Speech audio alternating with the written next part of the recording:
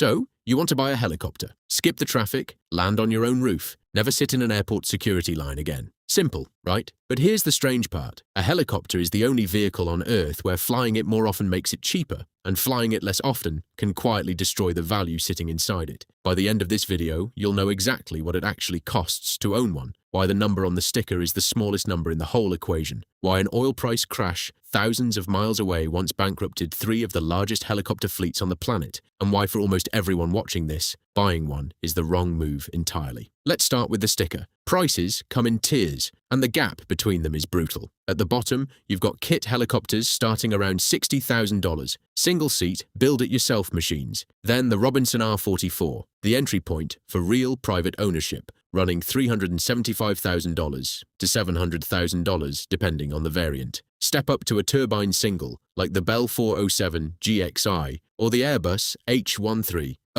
and you're now at $3.3 to $4 million. Cross into twin-engine VIP territory, a Sikorsky S-76 or an Airbus H145, and new prices sit north of $10 million, with heavy lift and armoured VIP builds pushing past $30 million. But the purchase price is basically irrelevant. Here's why. Total ownership costs for an active private helicopter routinely run over $300,000 a year, and over a 10-year window, those running costs can quietly exceed what you paid for the aircraft in the first place. The plane doesn't get more expensive when you buy it. It gets expensive every single year after that. Take the most common private helicopter in America, the Robinson R44 Raven II. A typical owner flying 300 hours a year at around $7 a gallon for fuel is looking at roughly $144,000 in variable costs and $169,000 in fixed costs annually. Total, $313,743 a year. That works out to $1,046 for every single hour in the air. On a $430,000 aircraft, you are spending nearly 3/4 of the purchase price every single year just to keep flying it. Now here's the part that breaks people's brains. Half of that number never touches the helicopter while it's flying. It's the fixed cost of the helicopter existing. Insurance on a small piston helicopter runs $3,500 to $5,500 a year. On a twin-engine turbine like the Airbus H145, insurance alone runs $85,000 to $125,000 a year because you're insuring an $8 to $12 million hull. Hangar space, annual inspections, crew training, none of that cares whether you flew the aircraft once or 300 times. Fly less, and that fixed cost gets divided across fewer hours, which means your real cost per hour goes up the less you use the thing you bought to save time. Then there's the cost nobody explains until they already own one, the engine reserve. Every turbine engine has a TBO, a time between overhaul, after which it has to be completely torn down and rebuilt whether it's broken or not. On a Robinson R66, that overhaul costs around $43,000 every 3,600 hours, so smart owners set aside $10 to $13 for every hour they fly just to have the cash ready when that bill arrives. On a twin-engine H145, each of the 2 engines costs $140,000 to $180,000 to overhaul, meaning owners are quietly banking $55 to $75 an hour per engine on a machine they haven't even needed to repair yet. It's a bill you pay in advance for a repair you haven't needed. Nobody warns you that owning a helicopter means running your own maintenance escrow account. So, who does the math actually favour? Roughly 300 to 500 flight hours a year is the break-even zone. Fly less than that, and chartering by the hour almost always wins financially. Companies like Blade have built an entire business model around exactly this gap. A seat on a scheduled Manhattan to JFK hop runs $195. A full private charter starts around $1,500 and scales up to $2,500 to $4,000 an hour for a larger twin-engine aircraft, working out to roughly $30 to $50 a mile. Compare that to owning. Unless you're logging hundreds of hours a year, you are paying to own the fixed costs of an aircraft that a charter company already spread across thousands of flight hours from other customers. That's the entire reason Blade exists. It sells you the hours without selling you the insurance, the hangar, or the engine reserve. Here's the twist that makes helicopters different from almost every other asset the ultra-wealthy buy. Resale isn't the disaster people assume. Popular turbine models are backordered 18 to 36 months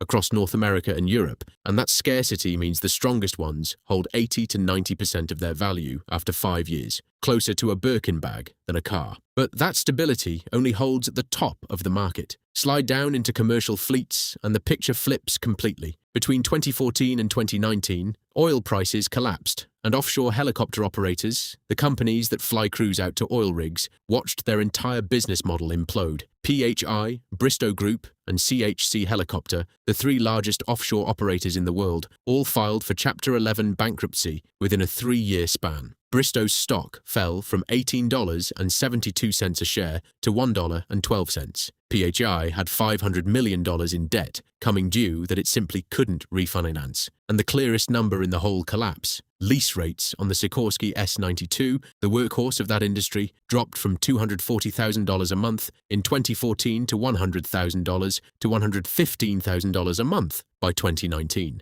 Same helicopter, same capability, less than half the price because the demand underneath it evaporated. A helicopter's value isn't really tied to steel and turbine blades. It's tied entirely to how badly someone needs to be somewhere fast, and that need can vanish overnight. Even at the private ownership level, illiquidity shows up in strange ways. Donald Trump owned 3 Sikorsky S-76Bs over the years, the same model long favored by VIPs, heads of state, and royalty. When one came up for sale after leaving office, valued around $875,000, the listing didn't have an asking price at all. It just said, "Make offer." No matter who owned it, no matter the gold trim and the custom paint, a used helicopter still sells the way a used helicopter sells, slowly, to a tiny pool of buyers, at whatever number the market decides on that day. Fame doesn't create liquidity, it just creates a better story for the eventual buyer, and the cost curve doesn't stop at money. In January 2020, a Sikorsky S-76B, the exact same model Trump had owned, crashed in Southern California. The aftermath rippled through the entire industry. Insurers re-examined hull and liability premiums across that model line, and pressure built industry-wide for terrain awareness systems on private charter flights. Every high-profile accident in aviation quietly resets the insurance math